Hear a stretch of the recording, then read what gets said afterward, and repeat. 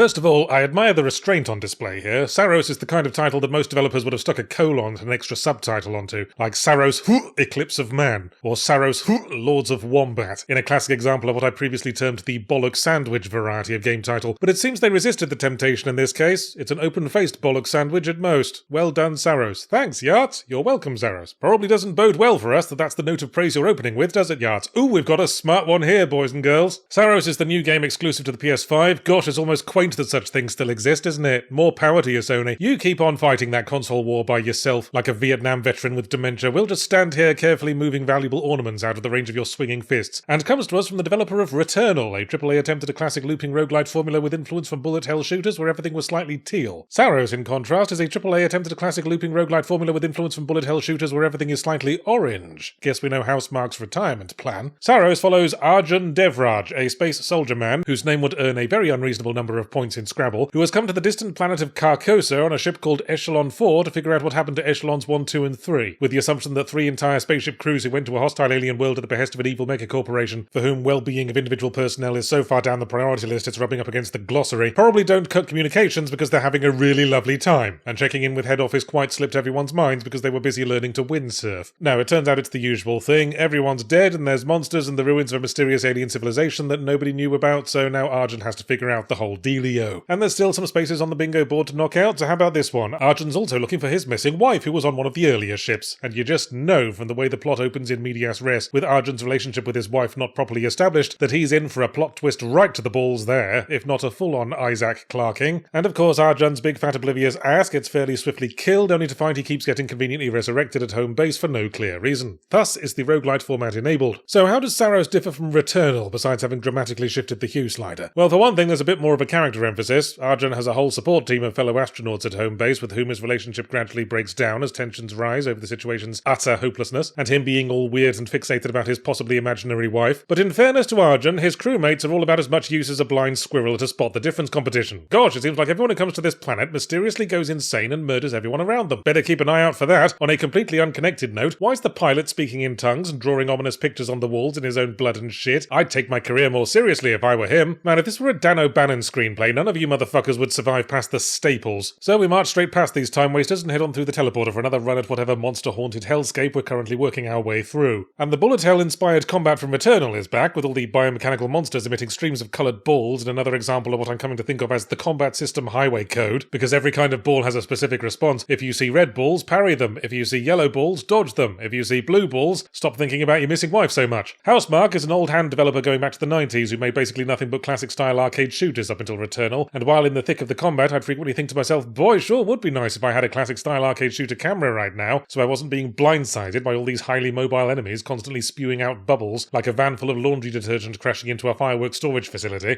The format requires us to battle our way through the current area and then attempt the boss fight, but the areas are so bloody long. Get killed and that's another 20 minutes plodding through the same infested rooms before you even get another chance to memorize the boss's patterns. And then there's the guns you get. As you progress through an area, new guns randomly drop that you basically have to switch to, because you need the higher numbers to meet the increasing challenge, but sometimes the gun sucks, or doesn't suit your playstyle or the situation, so you'll be happily plugging away with an assault rifle with homing bullets that gently massage your prostate as they come out, and then 2 rooms before the boss get lumped with a shotgun with 1 barrel aimed at your own foot and a spread wider than a Saudi Arabian parking space. So you just humiliate yourself for a few minutes before hi-ho, home you go. Another half hour of platforming challenges before you get another pull on the slot machine. Yes, the order of rooms gets randomised each time, but they never feel different because the main points are always the same. It's like shaking up a bag of Skittles and telling me, no, really, there might be M&Ms in there this time. So the end result feels less like a roguelite and more like a standard shooter with really unreasonably far apart checkpoints. I was having particular trouble with a boss in the game's back half, and I'd attempted it enough times that the NPCs in the home base ran out of shit to say. This is no fucking Hades, where the NPCs seemingly always have new dialogue after a run, even if you apocalyptically suck at the game when they resort to criticising your flip-flops. No, fail like 3 times without making plot progress, and all your dudes just mutely stare at you like puppies in a shop window, as you make another perfectly straight death march from the spawn point to the teleporter. And after that, I found myself going into a trance. My conscious brain died, all the repeated platforming challenges and brightly lit ball-based combat started passing over me like the fucking Stargate sequence at the end of 2001: A Space Odyssey. With the NPCs no longer talking, I soon completely forgot firstly what I was trying to achieve at that point in the story, then everything I'd done in the story up to that point, then everything I'd done in my life, generally up to that point. I disassociated from my body, my consciousness was smeared across reality, as the totality of my being was reduced to eyes and fingertips, universe existing in a single infinite moment of this one fucking area and its fucking boss fight. Then I beat it, and reality snapped back like a set of cheap suspenders and made my nipples bleed. So in conclusion, I can't recommend Saros because it almost annihilated my sense of self, and a ketamine overdose would have at least had interesting scenery.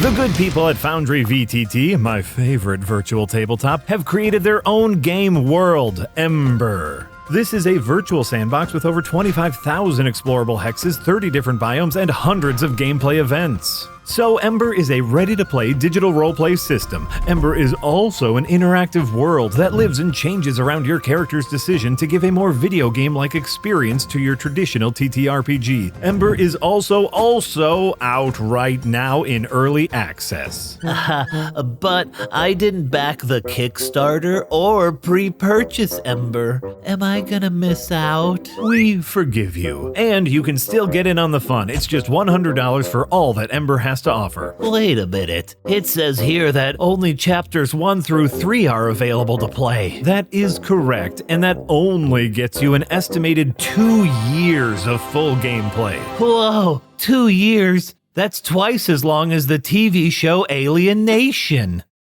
Sure. And the later chapters are going to be released periodically over the course of early access. Ember is a full world ready to explore either using Dungeons and Dragons, or you can play using the Crucible system, which was built by the Foundry team specifically to redefine the digital TTRPG experience. Sounds a lot like how you could watch Alien Nation or the TV show V, because both shows are about... Head on over to foundryvtt.com/Ember to learn more and start your adventure today. Or to learn more about Alien Nation, you could... foundryvtt.com/Ember.